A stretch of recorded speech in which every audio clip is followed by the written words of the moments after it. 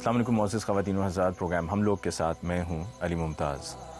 नाज़रीन, हमारे माशरे में बहुत से ऐसे माशरती मसाइल हैं कि जिनके बारे में हम पहले भी कई मरतबा बात कर चुके हैं और हमेशा हमारी यही कोशिश होती है कि इन पर बात की जाए, जो हुक्मरान हैं उनकी तवज्जो इस तरफ दिलाई जाए और बहुत से ऐसे लोग जो शायद वो सब अपने सामने उस मसले की तफसील सुनते हैं, वो अपने आप को उससे दूर रखें, उससे महफूज रखें। लेकिन बदकिस्मती है कि वो सब करने के बावजूद फिर भी ये सब होता चला जाता है। लेकिन हमें अपना फ़र्ज़ निभाना है और वो हम निभाते रहेंगे। आज के प्रोग्राम में हम एक ऐसे ही वाक़े की बात करने जा रहे हैं कि जहाँ पर एक मेहंदी की तकरीब में फायरिंग हुई, और फायरिंग सिर्फ इसलिए हुई कि ये बताया जा सके कि हमारे यहाँ आज खुशी का मौका है, हमारे यहाँ उस खुशी के मौके पे जश्न बहुत ज़रूरी है ताकि ये ख़बर दूर दूर तक पहुँच जाए। और हमारी नज़र में यही ग़ालिबन एक तरीका बचा है लोगों तक पैगाम पहुँचाने का, या लोगों तक ये तासुर देने का कि आज हम बहुत खुश हैं। लेकिन हम उस वक्त ये नहीं सोचते कि हमारा ये अमल किसी की जान ले सकता है, किसी की खुशियाँ बर्बाद कर सकता है, किसी का घर उजाड़ सकता है, किसी की माँ की गोद को सूना कर सकता है। जिस वाक़े का आज के प्रोग्राम में हम जिक्र करने जा रहे हैं, इसमें भी एक मेहंदी की तकरीब में, जैसा कि मैंने कहा, कि फायरिंग हुई और उसके नतीजे में 2 बच्चे जिनकी उम्र 13 साल थी वो अपनी जान से हाथ धो बैठे।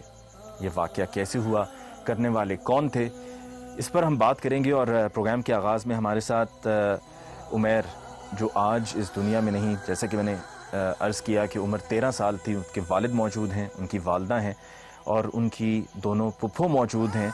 और कल तक इसी घर में, इन्हीं कमरों में, इसी सहन में उमैर चलता फिरता हुआ इनको दिखाई दे रहा था, उसके चेहरे की मुस्कुराहट दिखाई दे रही थी और उसकी मौजूदगी से घर की रौनक थी।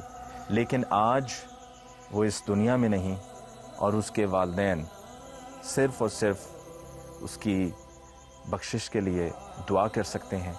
हम इनके लिए दुआ कर सकते हैं कि अल्लाह ताला इनको सब्र व जमील अता फ़रमाए और उमैर, जो आज इस दुनिया में नहीं है, उसको जवारे रहमत में जगह अता फ़रमाए। लेकिन जहाँ तक वालिदैन की बात है तो इनकी आँखों से अब सिर्फ टपकते हुए आंसू दिखाई दे रहे हैं। सबसे पहले हम वालिद से बात करते हैं। यकीनन हम यहाँ पर आपके पास जो आज आए हैं, एक तो अफसोस के लिए आए हैं और साथ ही इसलिए भी आए हैं कि आपकी आवाज़ जो है वो हमारे कैमरे के ज़रिए, हमारे माइक्रोफोन के ज़रिए हुकाम तक पहुँचे, जो हुक्मरान हैं उन तक पहुँचे कि कुछ ना कुछ अब ऐसा करना होगा, चाहे वो जितने भी लोगों के पास लाइसेंस है या लाइसेंस के बग़ैर भी असला है, वो असला उनसे वापस लिया जाए ताकि कोई कभी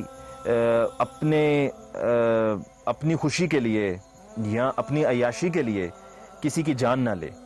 आपका बेटा जब ये मेहंदी की तकरीब थी आपके पड़ोस में, क्या वहाँ पर मौजूद था या अपने घर में था कि जब उसको गोली लगी? सर अपने उन्होंने लागे फुफ्फो का घर से, लागे चाचे का घर से सर, उधरों गया था जी। बेटा मेरा उन्होंने घर चल के बच्चों के नाल खेडदा जी। उन्होंने साहब जी फैर गोली चलाई है, उहदी मगरली दी खंड च लगी है जी गोली। और उन्होंने शराब पीती थी सर जी, बिच उन्होंने नजायज असले भी चलाया और बिच पिस्टल वैशन भी है, कारबीन भी उन्होंने चलाई है, 12 बोर भी जी। और साहब जी जो उन्होंने बच्चे हो गई, उन्होंने फैर लग गए, फिर भी उन्हें शराब पी के ढोलिया कहन भी ढोल बजाओ, फैर उन्होंने लग गए, केड़ी आहर आ गई है जी। फिर भी साहब जी उन्होंने अपना मर्शल पूरा ही किया है जी। ये ना मेरे इंसाफ चाहिए सर जी, मैं गरीब आदमी, एक मजदूर है, मेरा एक 13 साल वाला बच्चा है जी, 7वीं क्लास च जी। कौन सी क्लास में था? 7वीं क्लास च सर जी। ये सर जी मेरे इंसाफ चाहिए, मैं एक मजदूर आदमी है जी।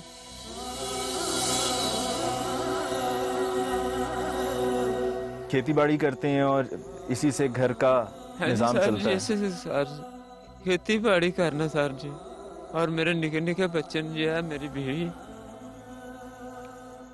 ਮਿਹਨਤ ਮਜ਼ਦੂਰੀ ਕਰਕੇ ਮੈਂ ਆਪਣੇ ਬੱਚਿਆਂ ਦਾ ਪੇਟ ਪਾਲਦਾ ਜੀ। ਇਹ ਮੇਰਾ ਇੱਕ ਕਮਰਾ ਸਰ जी, मेरा और कोई नहीं सर जी कमाना। आपका बेटा पढ़ रहा था, 7वीं जमात में था। यकीनन जो बच्चा स्कूल जाता है और स्कूल जाकर किताबें पढ़ता है तो यकीनन उनके जहन में बहुत सी चीज़ें आती हैं, मुस्तकबिल में क्या करना है, मुस्तकबिल के क्या इरादे हैं। आपका बेटा मुस्तकबिल में क्या करना चाहता था? वो सर जी यही कहते मैं बाप तेरा आसरा बनागा, मैं कमाई करांगा, मैं तेरा भरा बनागा, मेरा आसरा ही हो सर जी। जो मेरा पुत्र टुर गया मेरा लक तोड़ मानी गल है सर जी, मैं मर गया था, मेरा जीना मुश्किल कर दिता सर जी। मेरी पुलिस भी नहीं सुनती पे जी। मैं नहीं पैसे पुलिस क्यों नहीं आपकी सुन रही? क्या कहते हैं? सर जी मैं पैसे नहीं दे सकता, मैं कित्थों उन्होंने गड्डियां च तेल पावां जी। कि मैं आए गए पानी का घुट पावा फुफिया कि जब मैं पुलिस वाले का तेल पवा के सर जी उन्होंने रिट करावा। मैं की करा सर जी, राती भी मेरी डेड बॉडी उत्थे पई दी, मेरी नहीं सुनी जी।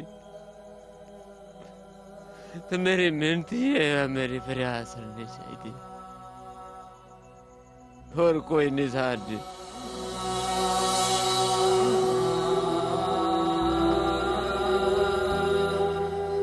जैसा कि अभी कहा उमैर के वालिद ने कि वो इनके बुढ़ापे का सहारा था और उसका यही कहना था कि मैं पढ़ लिख कर अपने वालिद का हाथ बटाऊंगा, उनका सहारा बनूंगा। लेकिन आज वो इस दुनिया में नहीं, और आज अपने ही बेटे को अपने ही हाथों से लहद में उतारा। मुझे ये बताइए कि जिस घर में ये वाकया हुआ उनकी तरफ से कोई आपकी तरफ अफसोस के लिए आया? नहीं सर जी, कोई नहीं आया जी। सर जी कोई नहीं आया, सामने ललकार दे पेन सर जी, सामने ललकार दे जी उमें फैर है। और उन्होंने कोई बदमाश है जिन सामने आन के उन्होंने डंगर पानी डांडे पट्ठे पांडे, मेरे सर जी माला भुखा खलोता था ना। मेरा कोई भाई वड्डा है जिन्हें मेरे नाल कोई दुख वंडाना।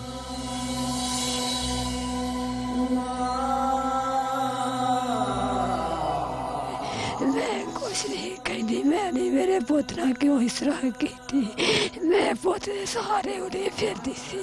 मेरा वीरा मेरा पुत का बड़ा आसरा, मैं अखा धोनी जाए, मैनू अखा धोनी अगे चिट्टा मोतिया उतरिया, मैं पैसे तो इलाज नहीं करा सकी। अगा पुत बड़ा होएगा, मेरा इलाज हो जाएगा। पुता मेरा पुत कहे मां मैं तेरे यहाँ पे इलाज करना, मैं बड़ी दुखी हूं पुता, मेरे पुत ने मैंने धोखे दिते।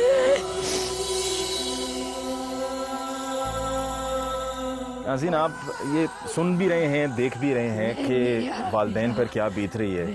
और जिस मकान में ये रिहाइश पजीर है, ये एक कमरा है और इस कमरे की क्या हालत है वो भी साफ नज़र आ रही है। गुर्बत है और इन हालात में ज़िंदगी बसर कर रहे थे। इनके लिए इनका बेटा सब कुछ था, लेकिन आज वो इस दुनिया में नहीं। और उस गोली का निशाना बना जो उन औबाश नौजवानों ने चलाई, जो जिन्होंने नशा किया हुआ था और मेहंदी की तकरीब में फायरिंग की। और आज उमैर के घर वाले सिर्फ उसको याद कर रहे हैं, रो रहे हैं, तड़प रहे हैं और इंसाफ के तलबगार हैं। और साथ में ये भी बार बार कह रहे हैं कि हमें डराया धमकाया जा रहा है, हमें ललकारा जा रहा है। ये हमारी बदकिस्मती है कि अगर हम इन लोगों की आवाज़ ना बने, इन लोगों का साथ ना दें, इन लोगों का हाथ ना बटाएं, इन लोगों के कदम के साथ कदम ना मिलाएं, तो ये हमारी बदकिस्मती है। हमारे साथ पुप्पो भी हैं, हम उनसे मज़ीद गुफ्तगू करते हैं। मुझे ये बताइए कि आप भी उस वक्त घर में मौजूद थी, अपने घर में थी या शादी वाले घर में थी जहाँ पर मेहंदी थी? हाँ जी, साडा घर लग गया उन्होंने ਅਸੀਂ ਗਏ ਅੱਗੇ, ਸਾਡੇ ਉੱਥੇ ਹੀ ਪਿਆ ਦਾ, ਚੁੱਕ ਚੱਕ ਕੇ ਲੈ ਕੇ ਗਏ, ਮੁੜ ਕੇ ਉੱਥੇ ਹਸਪਤਾਲ ਸੁੱਟ ਕੇ ਉੱਥੇ ਹੀ ਆ ਗਏ ਆ। ਮੁੜ ਕੇ ਨਹੀਂ ਇਹਨਾਂ ਨੇ ਸਾਡੀ ਬਾਤ ਪੁੱਛੀ, ਸਾਡੀ ਕਿਸੇ ਨੇ ਸੁਣੀ ਨਹੀਂ। ਕੋਈ ਨਹੀਂ ਸਾਡੀ ਬਾਤ ਪਹਿਲੋਂ ਮੇਰਾ बेटा ਵੱਡਾ ਸੀ, ਉਹ ਫੌਤ ਹੋ ਗਿਆ, ਉਹ ਵੀ ਮਾਚੀ ਇਹਨਾਂ ਲੋਕਾਂ ने ਕੀਤਾ। आपका बेटा कैसे फौत हुआ था? आपकी बेटी को क्या हुआ था? दिन ਦੇ 12 ਵਜੇ ਬੁਲਾਇਆ ਕਰੋ ਉਹਨੂੰ, ਕਹਿੰਦੇ ਸਾਡੀ ਗੱਲ ਸੁਣ। ਉੱਥੇ ਹੀ ਗੱਲ ਸੁਣ ਗਿਆ, ਉੱਥੇ ਹੀ ਉਹਨਾਂ ਨੂੰ ਫੈਰ ਮਾਰਦਾ ਜੀ। ਸਾਡੀ ਵੀ ਪੁਲਿਸ ਨੇ ਉਦੋਂ ਵੀ ਸੁਣੀ। ਹਾਂਜੀ, ਲੱਤ ਮੇ ਉਦੋਂ ਵੀ ਫੈਰ ਉਹਨਾਂ ਲਾ ਤਾ। ਨਹੀਂ, ਸਾਡੀ ਪੁਲਿਸ ਨੇ ਕੱਲ ਨਹੀਂ ਸੁਣੀ ਸਾਡੀ। ਬਸ ਅਸੀਂ ਤੇ ਉੱਜੜ ਗਏ ਆ, ਸਾਡਾ ਅੱਗੇ ਵੀ ਨਹੀਂ ਕੱਖ ਛੱਡਿਆ। ਹੁਣ ਮੇਰਾ ਭਤੀਆ ਮਾਰਤਾ। ਸਾਡੇ ਜੀ 2-3 ਵਾਕਿਆ ਕਰ ਛੜੇ ਨੇ। ਕੋਈ ਨਹੀਂ, ਸ਼ਰਾਬੀਏ ਨਸ਼ਾ ਵੇਚਦੇ ਨੇ, ਸ਼ਰਾਬੀਏ ਨਾ ਨਸ਼ਾ ਵੇਚਦੇ ਨੇ ਜੀ। एक दफा भी नहीं आए, फैता कहन नहीं आए, कोई नहीं आया। साडा अगे सी दिन दे 12 बजे। इस घर में हर आंख अश्कबार है और सूरत हाल कुछ ऐसी है। मैंने बहुत से प्रोग्राम्स किए हैं, बहुत सी स्टोरीज़ कवर की हैं, मुख्तलिफ़ इलाकों में हम गए हैं, पंजाब में, सिंध में, लेकिन मैंने कभी किसी बाप को इतना तड़पता हुआ नहीं देखा। और ये मैं यकीन के साथ आपको कह रहा हूँ कि ऐसा हरगिज़ नहीं है कि मैं यहाँ पर इनके सामने मौजूद हूँ तो ये जुमला मैं कह रहा हूँ।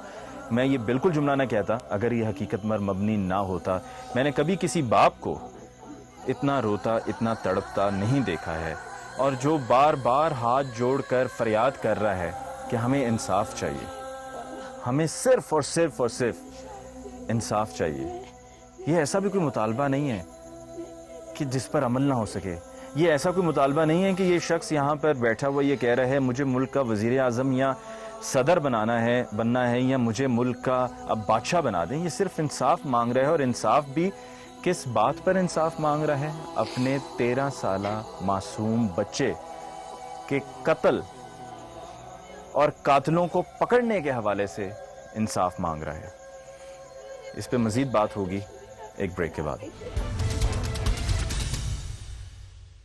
वो इसे तो धमकियां लाते ने पी लिफ जे। मैं की कर, मैं कहा मार दो, मेरा अगे मार है एक पुत, मैनू भी मार दो। बच्चा जो है ना तड़ता हुआ आकर गिरा है। गोली जो है ना वो बच्चा साइड पे खड़ा था। और यही वो मटके हैं जिनमें शराब बनाई जा रही थी और फिर इसी में से शराब जो है वो निकाल कर पी जा रही थी।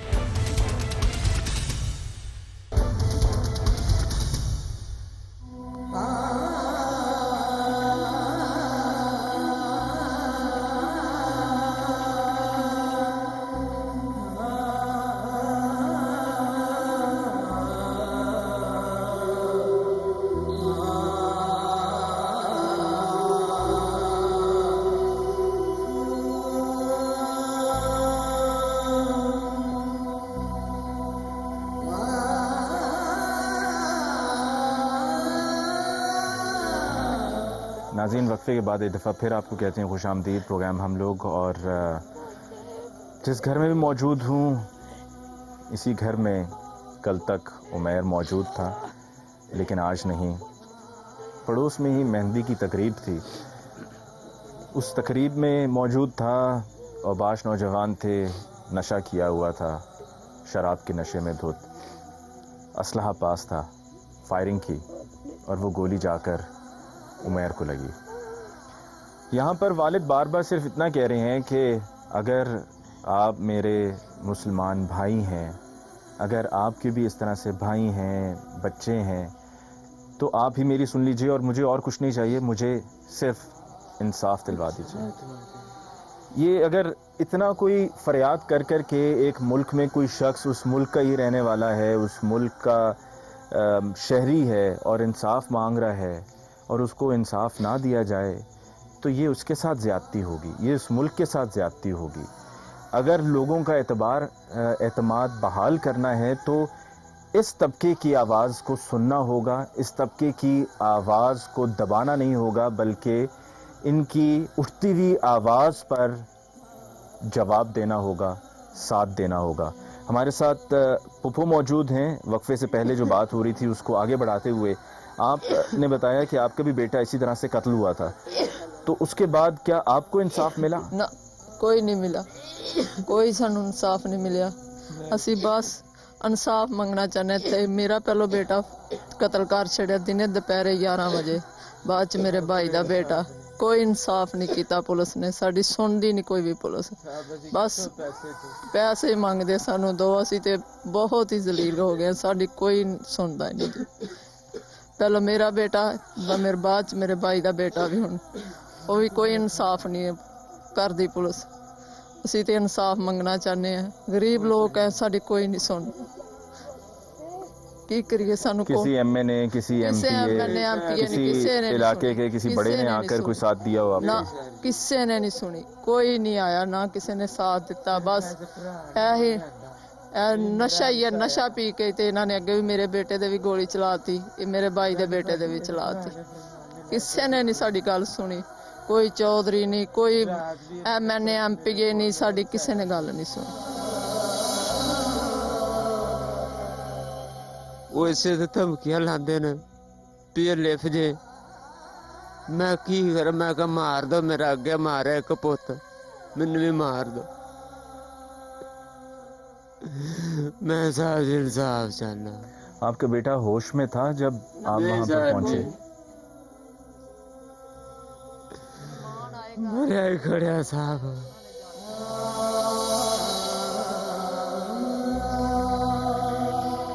आपका बेटा, छोटा बेटा आपका, आज अपने भाई का नाम ले लेके भाई को ढूंढता रहे, भाई को आवाज देता रहे। साहब जी बड़ा ही रोया मेरा पोता, मेरा पोता बड़ा ही रोया, जो गले लग लग के मेरे पोते गले लग लग के रोते, मेरी भाई ने नहीं आना अबू, और चल गया लामिया कोल। लामिया को टूट गया मेरा पकाना भाई।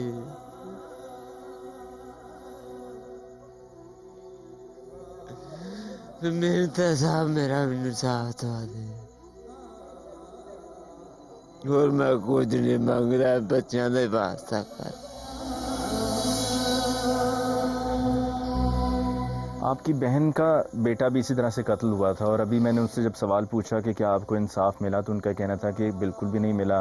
ना कोई कार्रवाई जमींदार आया पूछने के लिए, ना किसी एमपीए ने आके पूछा, ना एमएनए ने पूछा, ना पुलिस ने इनकी फरियाद को सुना। तो फिर आपको इंसाफ कैसे मिलेगा? साहब जी फिर तुसी भरा मिला दो, नहीं तो रब तो डोरियां दे है ना सर। चलें, हम इस बात का अगर आपसे यहाँ पर आज वादा करते हैं कि हम आपकी हर मुमकिन कोशिश करेंगे कि आपको इंसाफ मिले, लेकिन इस तरह के वाक़यात में अक्सर ऐसा होता है कि आप पर वो दबाव डालेंगे, आपको डराएंगे, धमकाएंगे, जिस तरह वो भी कर भी रहे हैं। जी सर। तो कल को हो सकता है कि आप से अगर आके वो मिन्नत समाजत करें तो आप ही उन्हें माफ़ कर दें। साहब जी नहीं, साहब जी मैं नहीं करांगा, मैं इंसाफ लाऊंगा। मेरा जो अल्लाह पाक दे हुक्म ना, जो उन्होंने हुक्म है कोई होएगा।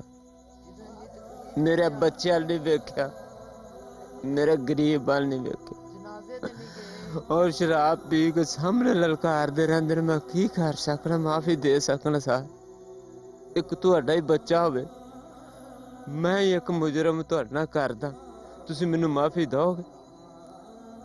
मैं तुहानू ललकारा, तुसी जितने मर्जी गरीब हो, मा तगड़े हो, मैनू माफी दोगे?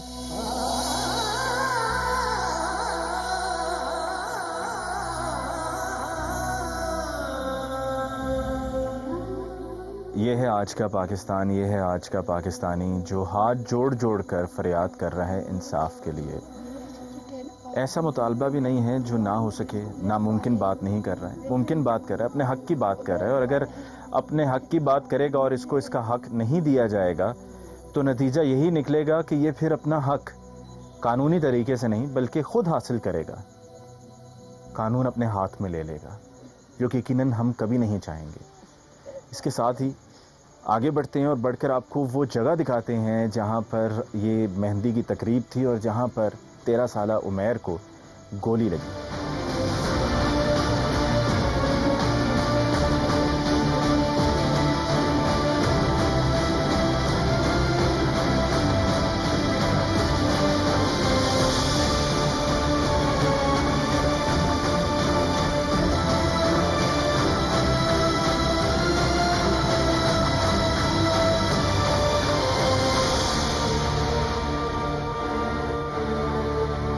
जी, अब हम उस जगह पर मौजूद हैं जहां पर 13 साला उमैर को गोली लगी और इसी जगह पर ये मेहंदी की तकरीब हो रही थी। यहीं पर इंतज़ाम किया गया था, यहीं पे टेंट लगे हुए थे और ये सामने वो जगह है कि जहां पर बच्चे की डेड बॉडी मौजूद थी और उसको कमर में गोली लगी थी। यहाँ पे जो लोग मौजूद थे उनमें से एक साहब हमारे साथ हैं, उनसे हम तफसील जानते हैं। बच्चे को कमर में गोली लगी और यहीं पर बच्चा खड़ा हुआ था या जब गोली लग गई तो लगने के बाद तड़पता हुआ आके यहाँ पर गिरा? वो बच्चा जो है ना तड़ता हुआ आकर गिरा है। गोली जो है ना वो बच्चा साइड पे खड़ा था, जब वो नीचे वो ऐसे जो खोखे गिर रहे थे, बच्चे खोखे उठाने के लिए वो नीचे दोनों बच्चे गए हैं। तो ये पहला फायर था जो पिस्टल से किया गया, इससे पहले भी कई फायर किए? वो तकरीबन आधा घंटा पहले भी ये फायरिंग करते हुए वो अपनी मौज मस्ती में थे, ढोल बजा रहे थे, जो भी कर रहे थे। हम भी साथ खड़े थे, थोड़ा साइड पे खड़े थे क्योंकि उनके साथ नज़दीक ना जाए कि फायर हमें भी कुछ लग सकता है। हम साइड पे खड़े थे, जब बच्चे गिरे हैं तो हमने ये देखा है कि कोशिश की है कि ये बच्चे कौन से हैं। उनमें एक मेरा वो भांजा ही लगता है जो उमैर रज़ा है। हमने आकर वो अपने बच्चे को पहचाना, लेकर उसको गए हैं। ठीक है। उमैर रज़ा के साथ दूसरा बच्चा भी था, उसकी उम्र भी 13 साल थी, तहज़ीम जी। तो वो बच्चा वो भी उसी वक्त वहीं पर मौके पे उसकी डेथ हो गई थी या अस्पताल उसको लेकर गए ज़ख्मी हालत में था? नहीं, ज़ख्मी हालत में, दोनों ज़ख्मी हालत में हमें उठाकर लेकर गए हैं। यहाँ से तकरीबन 1 किलोमीटर तक गए हैं तो पहला बच्चा जो तज़ीम था उसकी डेथ हो गई। जब तकरीबन आधा किलोमीटर आगे गए हैं तो दूसरे की भी हो गई। हॉस्पिटल से पहुँचने से पहले उनकी डेथ हो गई। और ये आप देख सकते हैं नाज़रीन, ये जो जगह है ये खुली जगह है। यहाँ पर रात के अंधेरे में दिखाना पूरा मुश्किल है, लेकिन फिर भी आपको अंदाज़ा हो रहा है, एक आइडिया मिल रहा है कि यहाँ पर ये खुली जगह है तो लिहाजा यहीं पर ये इंतज़ाम किया गया था इस तकरीब का।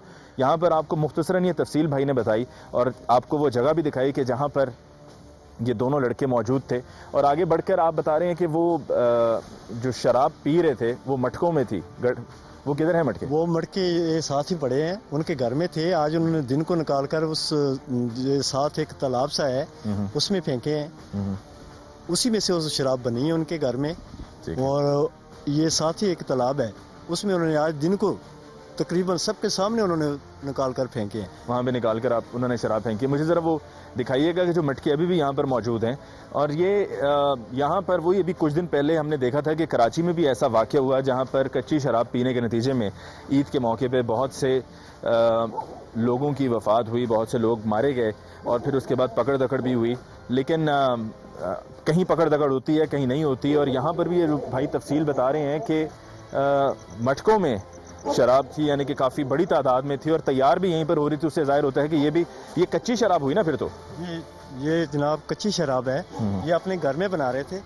अच्छा। उसी में से ये इन्होंने सब नशा किया है। और हम जब बच्चे उठा रहे थे उस वक्त भी उन्होंने ये कोशिश नहीं की कि हम इन बच्चों के साथ जो है या फायरिंग बंद कर दें। अच्छा। उन्होंने फायरिंग नहीं बंद की और उसके बाद ढोल भी उनके बजते रहे।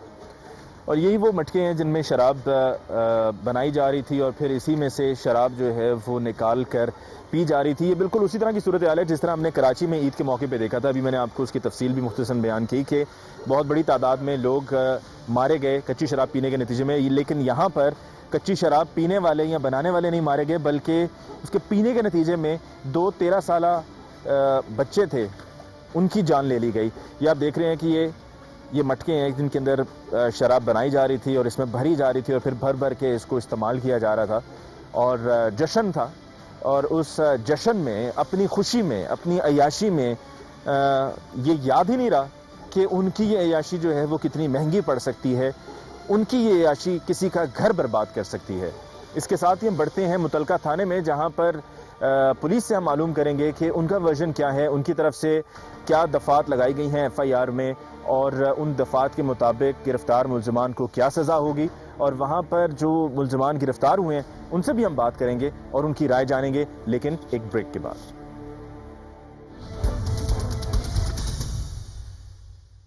अभी भी लग रहा है कि तुमने शराब पी, लगता है नशा उतरा नहीं है। नहीं, ये अभी भी नशे में ही है। लगता तो ऐसा ही है कि नशे में। फायरिंग करने की ज़रूरत क्या थी? सबको बताना था जरा, बड़े बदमाश हो, टैक है तुम्हारा। हाँ? खुशी से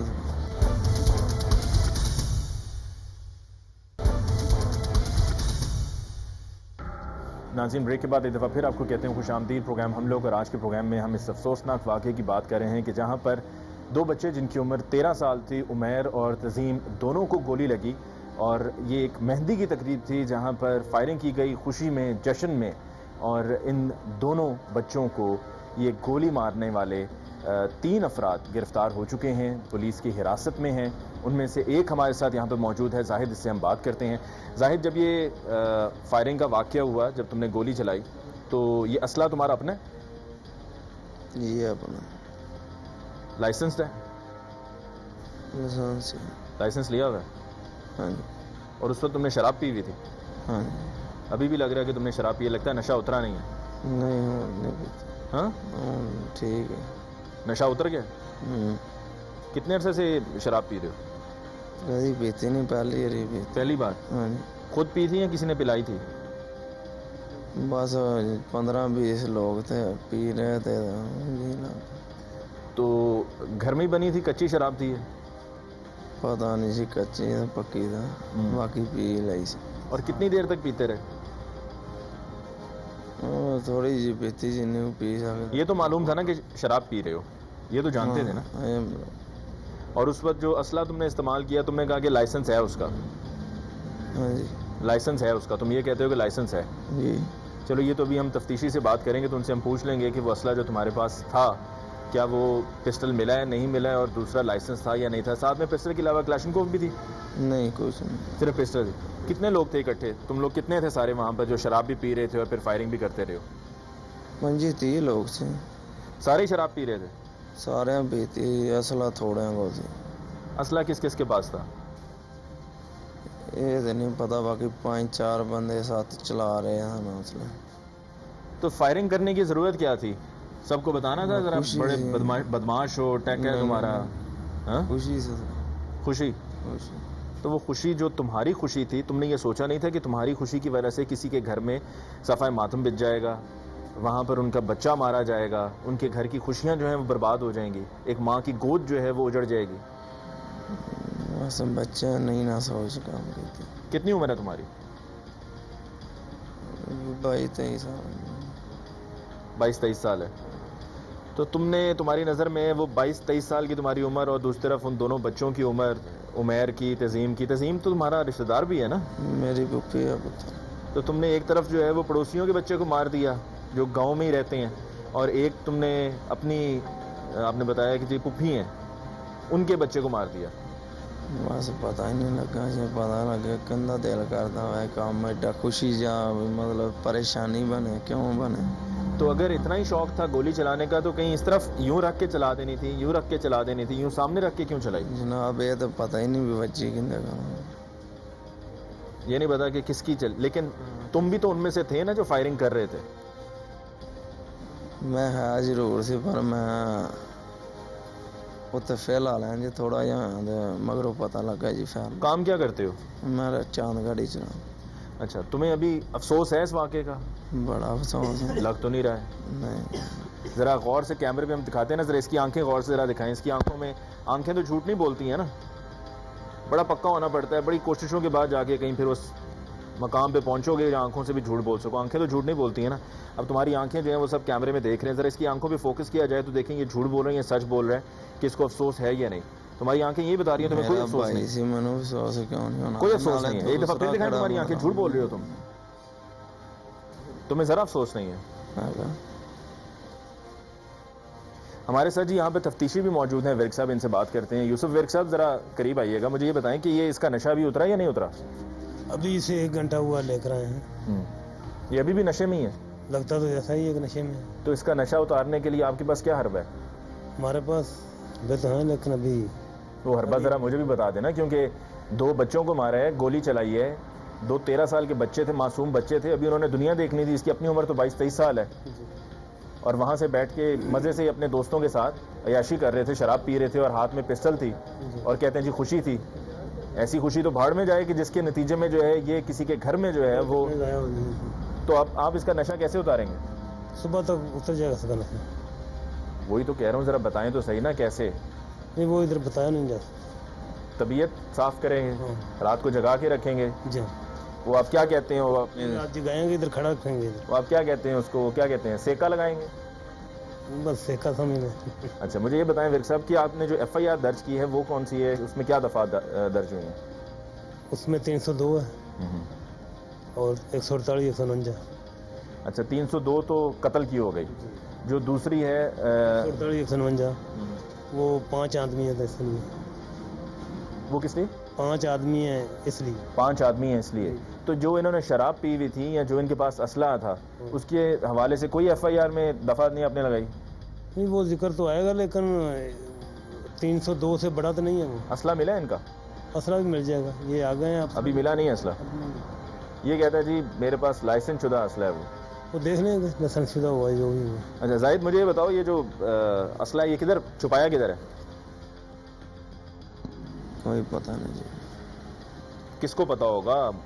क्या मुझे पता होगा भाई? तुम्हें ही पता होगा ना। ये नशे से होगा, नहीं पता। हाँ, तुम्हें नशा है, तुमने ये सारा काम किया, करने के बाद वहां से भाग गए थे, फरार हो गए थे। हाँ, ये पता है कि गोली लग गई है लिहाजा यहाँ से भाग जाओ। ये नहीं पता है कि वो जो पिस्टल है उसको कहाँ पर फेंका है या कहाँ पर दबाया है, कहाँ पे छुपाया है, ये नहीं तुम्हें पता। ये विर्क साहब वहां से मौके से फरार हो गए थे ना जी। और फिर आपने कहाँ से पकड़ा इनको? इनको अभी पकड़ कर लाए हैं तो गांव से ही कहीं आगे फिर छुप गए थे। तो 2 और भी आपने लोग पकड़े हुए हैं, वो 2 कौन है? वो भी इनके रिश्तेदार हैं। और जो नामालूम हैं, जो अभी तक नहीं गिरफ्तार हुए, उनको भी ट्रेस कर रहे हैं। तो वो कब तक उनकी गिरफ्तारी मुमकिन होगी? 1-2 दिन तक वो भी हो जाएगा। मरकजी मुलजिम इनमें से कौन है? मरकजी मुलजिम यही है। यही है मरकजी मुलजिम। अभी ये विर्क साहब से मैंने पूछा, उनका ये कहना है कि तुम मरकजी मुलजिम हो। मरकजी मुलजिम समझते हो क्या होता है? जिसने असल में वो वारदात की होती है, जिसने असल में वो जुर्म किया होता है, यानी कि सारी जिम्मेदारी तुम पर आती है। और इस केस में अगर तुम्हें मरकजी मुलजिम कहा जा रहा है तो इसका मतलब है कि गोली भी तुमने चलाई है, तुम्हारी गोली से। तुमने तो भी कहा है मुझे पता ही नहीं है, फिर इतने यकीन से किस तरह कह सकते हो नहीं? यूं सर मार के इतने यकीन से कैसे कह सकते हो नहीं? ऐसा क्यों नहीं हो सकता? मेरा ना ऐसा क्यों नहीं हो सकता? हो गया ना। ये कब तक कहते रहोगे ऐसा नहीं हो सकता, वैसा नहीं हो सकता? भाई ऐसा हो गया ना। वही बच्चे जो कल मुस्कुराते हुए तुम्हें नजर आ रहे थे, जो वहीं पर चल फिर रहे थे, जो वहां पर मेहंदी में जो ढोल बजाया जा रहा था उस पर हो सकता है कि कहके लगा रहे हों, रक्स कर रहे हों, वही तुम्हारे सामने सोचा था कि कुछ मिनट के बाद ये होने वाला है, वही तुम्हारे सामने वहां पे तड़पते हुए मर गए।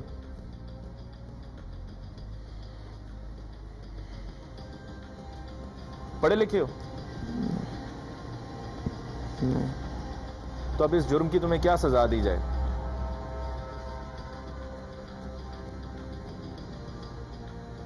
विर्क साहब ये बताएं, इस तरह के वाकयात तो पहले भी कई मरतबा होते हैं, तो क्या बाद में फिर इस तरह के लोग छूट जाते हैं या जेल में ही जिंदगी गुजारते हैं? क्या होता है? वो छोड़ देना या ना छोड़ना वो तो अदालत का काम है। हमारा काम तो ये केस मुकम्मल करके भेजना। आपका काम है केस मुकम्मल करके, बाकी फिर अदालती कार्रवाई है। वो अदालती कार्रवाई है।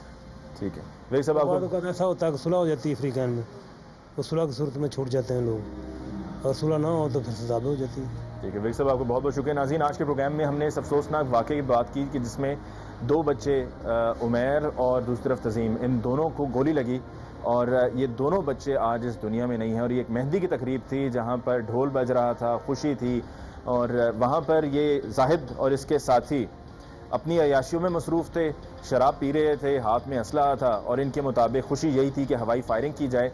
लेकिन उसी दौरान 2 गोलियां ऐसी चली जो सामने ही ज़मीन पर खड़े बच्चों को लगी और वो दोनों बच्चे वहीं पर तड़पते रहे, वहीं पर उनका खून बहा। और ये सब करने के बाद जाहिद और इसके साथी मौके से फ़रार हो गए। और अभी जाहिद की क्या हालत है वो तो आपने देख लिया। पछतावा तो है ही नहीं, सिर्फ ये कहने की बात है कि बड़ा दुख है, बड़ा अफसोस है और रो भी रहा हूँ, रोता रहा हूँ, रात को सो नहीं पाया हूँ कि जी ये सब कुछ मैंने कर दिया। लेकिन हकीकत ये है कि इनके जहन पर इसका असर तब तक है, या अगर पछतावे का इजहार भी है तो वो तब तक पछतावे का इजहार है कि जब तक ये हवालात के पीछे बंद हैं, जब तक हवालात पर इनके दोनों हाथों में इस तरह से ये सलाखे मौजूद हैं तब तक अफसोस है, तब तक दुख है, या जब तक जेल में रहेंगे तब तक अफसोस है। जब रिहा हो जाएंगे तो फिर इनकी नज़र में यही होगा कि हाँ इतना बड़ा वाकया हो गया, 2 बच्चे मारे गए, 2 घर बर्बाद हो गए, 2 माओं की गोद जो है वो उजड़ गई। और बस ये कुछ अरसे की, कुछ महीने की ये सख्तियाँ थी जो मैंने जाके जेल में या हवालात में मैंने बर्दाश्त की और उसके बाद मैं फिर आज़ाद फिजाओं में सांस ले रहा हूँ। तो कितना बड़ा मसला नहीं है, बस ये मुल्क में इसी तरह ही होता है कि माफ़ी तलाफ़ी हो जाएगी, जाके उनसे माफ़ी मांग ली जाएगी या उनको डरा धमका के मामले को किसी तरह रफा दफा किया जाएगा, क्योंकि वो गरीब हैं, वो बार बार थानों के चक्कर भी नहीं लगा सकते, वो बार बार अदालतों के चक्कर भी नहीं लगा सकते। हम जाएंगे, हम जाके सरकारी खर्च पर पलेंगे, जेल में जाएंगे, वहाँ पर सरकारी रोटी मिलेगी और सरकारी गाड़ी में आएंगे, अदालत में पेशी भुगतेंगे, फिर वापस जो है वो जेल में चले जाएंगे। तो हम तो सरकारी खर्च पर पलते रहेंगे। वो गरीब हैं, कब तक केस को लेके चलेंगे? केस नहीं चल सकेगा, केस ठप हो जाएगा और हम आज़ाद हैं। तो यही इस मुल्क का निज़ाम है, यही सिस्टम है और इसी को इस्तेमाल किया जाता है, इसी के साथ खेला जाता है। लिहाजा बहुत ज़रूरी है कि इस तरह के वाक़यात को हमेशा हमेशा के लिए रोका जाए और रोकने के लिए इस तरह के अफराद को करार वाक़ई सज़ा दी जाए ताकि सबके लिए मिसाल कायम हो जाए और कोई ऐसा करने का सोचने से पहले भी सहम जाए कि अगर ऐसा करूँगा तो मैं इससे छूट नहीं पाऊँगा, मुझे आज़ादी नसीब नहीं होगी और मैं अपने किए की ज़रूर सज़ा पाऊँगा। ये जब तक हम करके नहीं देंगे, मिसाल कायम नहीं करेंगे, तब तक इस तरह के वाक़यात होते रहेंगे। इसके साथ ही मुझे अली मुमताज़ को प्रोग्राम हम लोग से दीजिए इजाज़त। इंशाअल्लाह आपकी खिदमत में ज़िंदगी रही तो फिर मुलाकात होगी। अल्लाह ने के बाद।